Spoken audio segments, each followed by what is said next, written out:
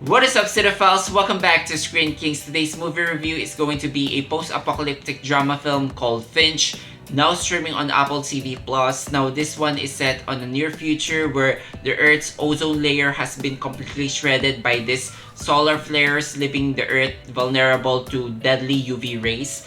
Now, despite that post-apocalyptic backdrop, the story is pretty much simple. It's basically a road trip involving a robotics engineer. We have here Finch. The titular character is played by Tom Hanks, and he's accompanied by this good-looking dog named Goodyear, and two robots. One is Joey, who looks like Wall-E, and another one is Jeff, who's basically a PG-13 version of Chappie. Now, where are they going? They don't really have any particular destination in mind, just, typical scavenging for food, looking for safe haven.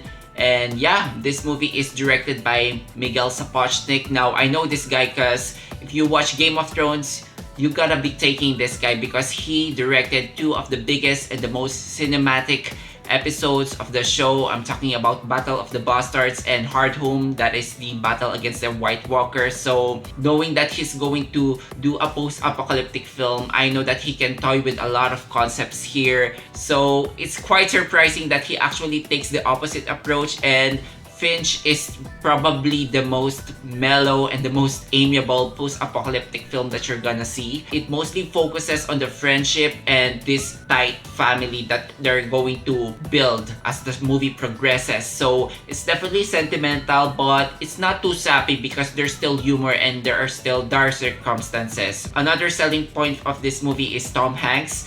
Now, here's a personal fact. There's no movie that features Tom Hanks that I didn't like. Even if he's a supporting character, there's just something innate in this character. I feel like I've already said this too many times in the channel, but automatically he just adds layers and depths and vulnerability and charm to whatever roles he plays. So knowing that he's going to play something of a loner character here who's just mostly by himself throughout this film, it didn't really worry me because I know there's no doubt in my mind that he's going to hold this film together. I like that the movie did not bombard us with any unnecessary sub-stories because he got range. He can really portray that he's a broken man without ever really knowing his backstory. So it's automatically very watchable just because of him.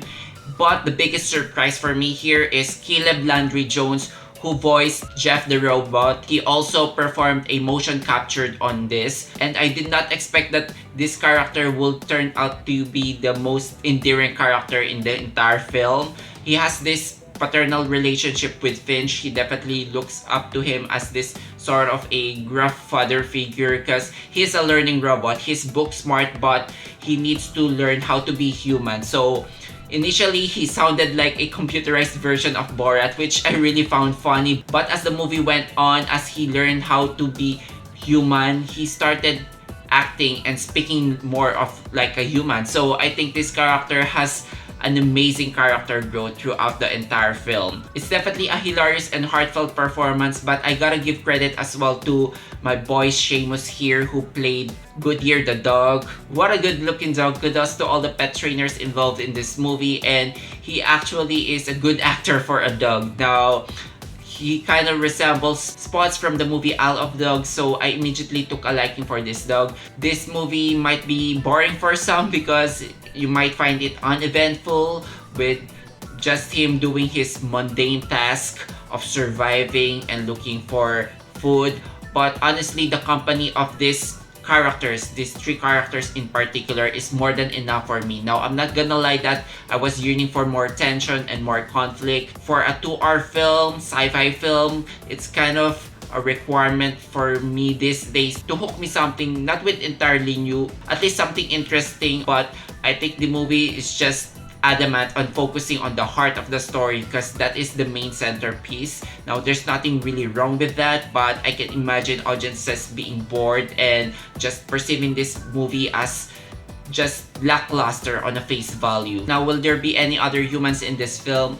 I'll leave that for you guys to find out, but I do understand their decision here not to saddle the narrative with unnecessary fluff. I mean, the last thing I wanted for this film is just to show zombies running around out of nowhere, but I think the movie could have used more of that internal conflict, because I do like the banter here among Jeff and Finch, because both are learning from each other. Mostly Jeff is the one doing the learning, and Jeff does a lot of questioning when it comes to the human reasoning, how it can seem to be contradictory at times. And I wish the movie kind of nurtured that aspect and just push it further to more controversial and more thought-provoking ethical questions, so that you can force the character of Finch to grow more. So I felt like that interpersonal conflict is something that the movie could have fostered more to increase the tension, because I gotta be honest, I never felt in the entire film that these characters were truly endangered. They're running away from a sandstorm and other external factors here, but it's pretty much safe, the route that they're taking. If you're looking at it on a sci-fi angle, you might be disappointed because there's nothing really new going on here. I've mentioned movies like Wall-E, Chappie, The Martian, so I'm sure there are a couple of films out there that has a better grasp of its sci-fi concepts in this genre. So it can be frustrating that the movie does not really take the ball any further, that it's just happy on having low ambitions. It plays the safe route of having this universal message of what it means to be human, that humanity can thrive without humans, kindness to animals, and Finch even regains some of his humanity back with the help of Jeff. So when it comes to the takeaways and learnings, it has layers and emotional depth, but there's nothing really here that's going to be thought-provoking or something that's new. Now, when it comes to a technical level, the visuals and the landscapes are very beautiful to look at. It's striking in detail, though when it comes to world building, again, there's nothing really new to offer here. If you watched any post-apocalyptic film in the last decade, you can see what they're trying to do here. But no doubt that this movie deserves to be watched on the largest screen you can find at your home, and it does deserve a theatrical release in my opinion. So overall, if you like dogs and if you like Tom Hanks, you're gonna love this movie. It's not one of the best sci-fi movies, not the most remarkable ones, but there's something about the film's high concept and its small scale focus on its characters that it feels like a live action Pixar movie. Now, will there be an emotional gut punch to this movie? There is, but it didn't really affect or move me that much the way I wanted it to be. So yeah, I'm gonna give this movie a 3.5 out of 5 stars. There's nothing really aggravatingly wrong about this movie, and it's decent enough for a sci-fi road trip film. And surprisingly enough, I found myself resonating the most to Jeff here, the robot, because he's a robot that's looking for a purpose in life beyond salvation. So yeah, that is my review for Finch. How about you guys? Have you seen this movie? Let me know what you think in the comment sections down below. Also, if you enjoyed watching this video, give this a like and subscribe to me for weekly reviews of movies and TV shows. Thank you so much guys for watching. Until then, I'll see you all on the next one.